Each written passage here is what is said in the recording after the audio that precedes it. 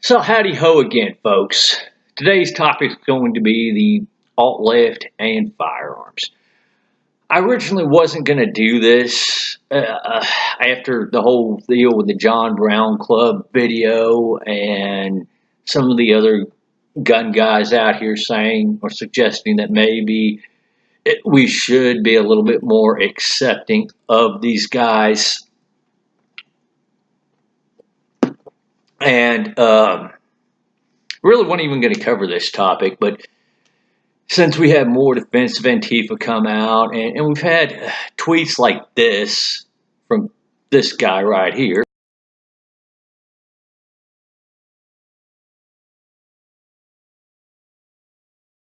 especially after making a tweet like this, and by the way, seeing this girlfriend, do that whole anti-firearm freedom video, anti-Second Amendment video, where she thinks that the U.S. should just adopt Australian style gun laws. Well,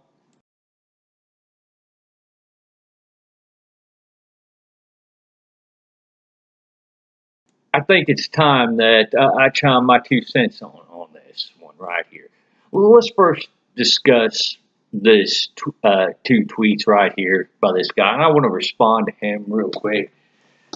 He don't seem like he's the sharpest tool in the shed, but obviously with the first tweet, us right-wing people, as you put it, we believe in the right to keep and bear arms, and we believe in self-defense, generally speaking. Self-defense. It's a little bit different than going out and initiating the violence, which is a crime. We believe that it is okay to use a firearm to protect yourself. In fact, we believe that's your right. The key word is protection from other violence, actual violence, not somebody hurting your feelings type of violence. Antifa, on the other hand, the complaints that people have with Antifa is that Antifa goes out there and starts the violence. They start the violence, and the violence they commit is against people they disagree with. People they call fascist, even though 10 out of 10 of these people they call fascist and attack aren't really fascist. So there blows that one out of the water. And as for the other tweet, well, I'll tell you what. The next time I take advice from somebody who wants to make it illegal for me to have this or make it harder for me to have this, well, just because somebody somewhere might use it to kill some people, well, I'll take that under advisory while you're defending people who are going out and initiating the violence. So, let's start to get into the whole deal with the John Brown Club.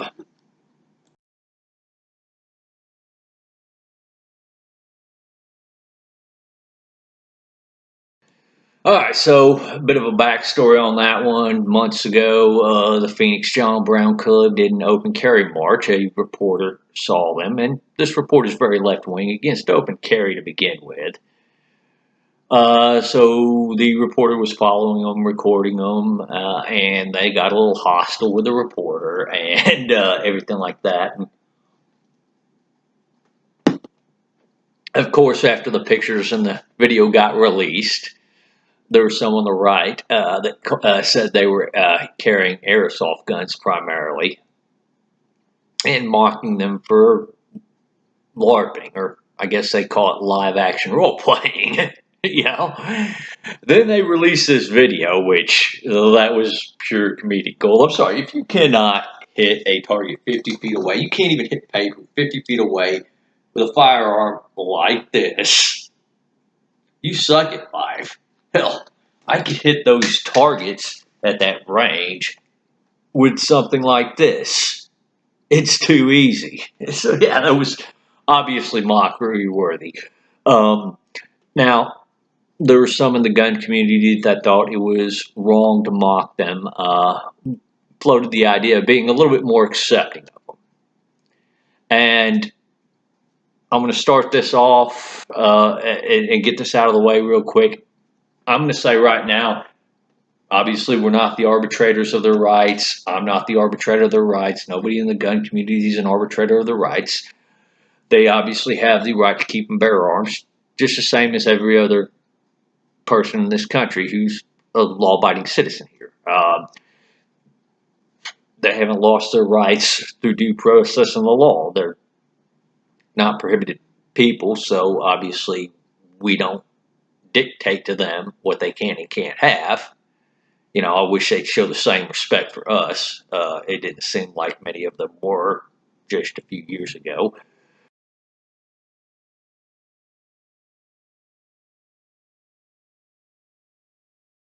See, here in the firearms community, the gun owning community, the gun community,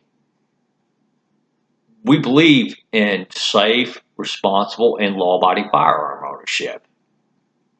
That's one of our tenets, right? That's what we're about. And so I think we can all agree that one of the first things that you should understand before you even touch a firearm is that this isn't the solution to all your problems. You just don't pick up one of these and go use it on somebody just because you don't like them, don't agree with them, or whatever. Period.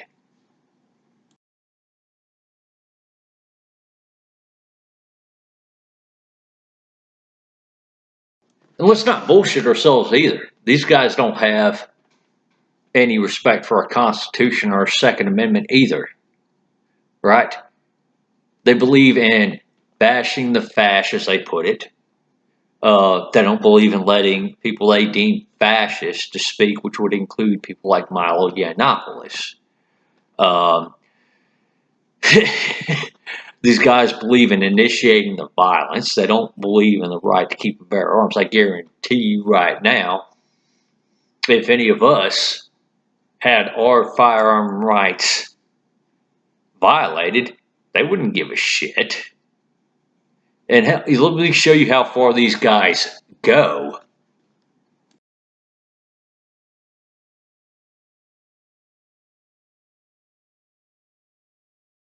Another disclaimer is I'm pretty sure that not all on the alt-left think that way, but there are certainly a significant segment of them that do. And when it comes to the traditional left versus right spectrum here, liberals tend to be a little bit more left of where I'm at.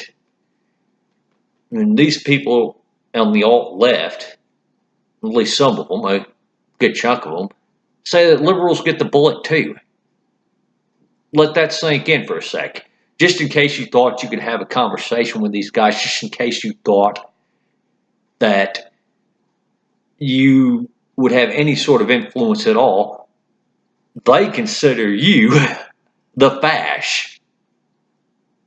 End of story. Sorry, Yankee Marshall. They consider you the fash too. Or, well, maybe not the fash, but, you know, in some of their eyes, you get the bullet too.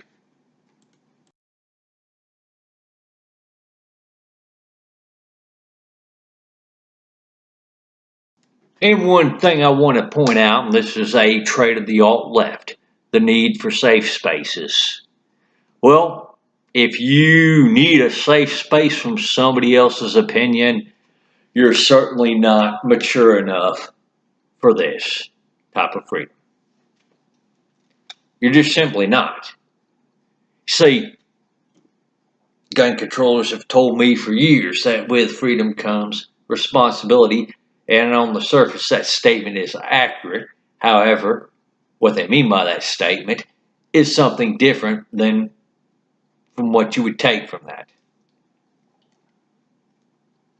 Well, what a responsible adult would take from that.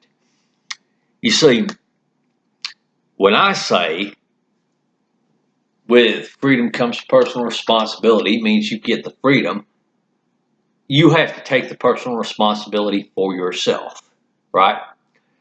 When those, particularly on the gun control side of things, have said, with freedom comes responsibility, they want to prohibit people from owning rifles like this, and call that responsibility. While simultaneously taking the personal responsibility out of that and just saying, government, take the freedom away. Yeah. Not much personal responsibility, is it?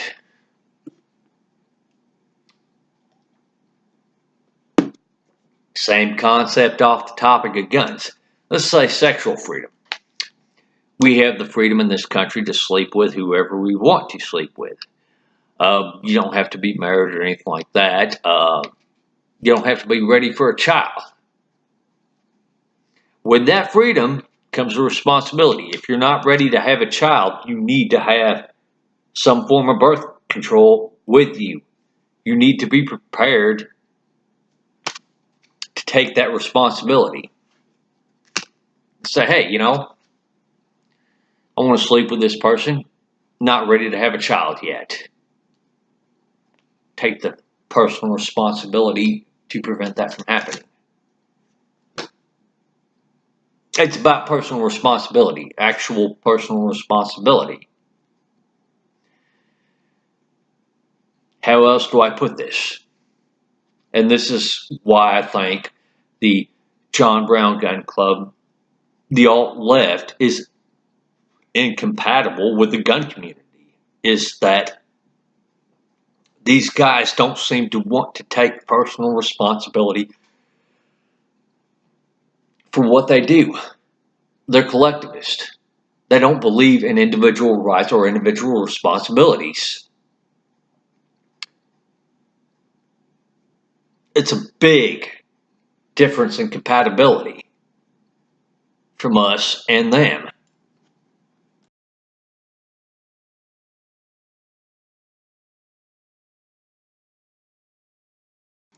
That's the reason why I'm showing that picture of Holmes. After the mass killing in Aurora, media said it was the Tea Party Holmes that did it. And after the facts came out that it was the wrong Holmes that they were saying did it, they immediately went on to gun control as usual. In fact, they were doing the whole gun control thing before that. So there you have it. Even though Holmes, the guy who did the mass shooting, targeted the gun-free zone, didn't target the theater closest to his home. He didn't target the theater with the greatest audience. He targeted the gun-free zone.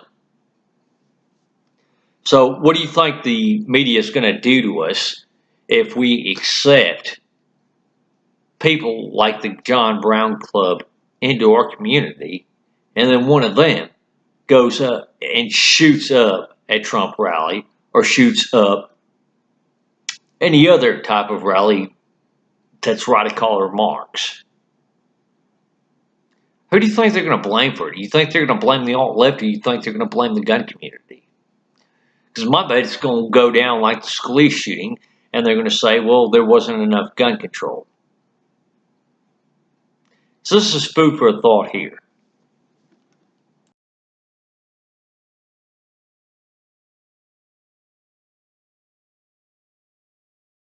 And please, John Brown Gun Club, members of the alt-left, Antifa members, oh hell, members of the gun community, if there's anything I said that was wrong, please feel free to get a hold of me and respond to me. You got the comments section, you got the messages on YouTube. Please respond to me on this one. Please tell me where I'm wrong on this. Alright, y'all take it easy, and thank you for watching.